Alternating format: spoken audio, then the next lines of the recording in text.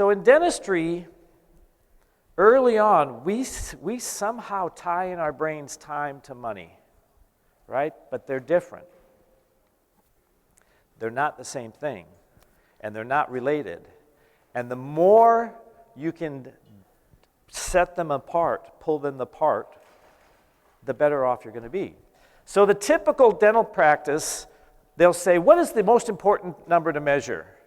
And people will say, new patients, of course, that's the most popular one. Next one's production, and the next one's collections. Yeah, oh, those are important numbers? I can't take any of those home and spend them, right?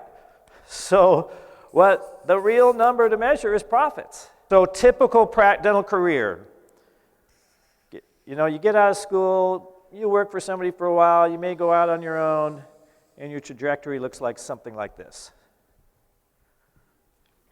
Okay, so you're a dentist. Great.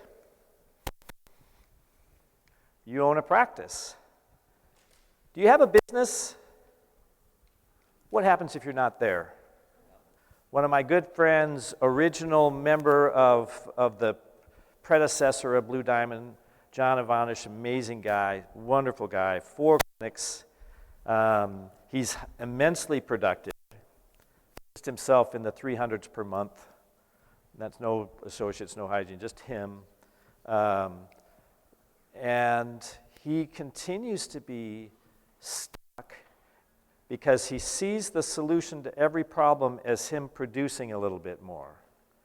But he's at the peak. I mean, I know people that get past that, but not many, and it's really, really hard. So we're working with him. He's one of our coaching clients. He's one of our Spark clients, and so we're working with him on changing his mindset. So we have now changed the scorecard that he sees, and he can no longer see his own personal production and collections. He can't see it. All he can see is everybody else's. And so that he begins to focus on that. So he got COVID, and he got COVID bad. And so he had a good scare, and that has helped him to begin to move this in a better direction, because he realized when he wasn't there, guess what happened to the profitability of the office? There wasn't any, because it all depended on him being a hyper producer. So one broken arm, one slip on the ice, one car accident. If he hadn't recovered from COVID, the whole thing.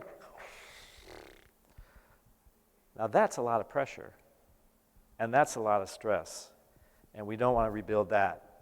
So we want to drive up other people's productivity.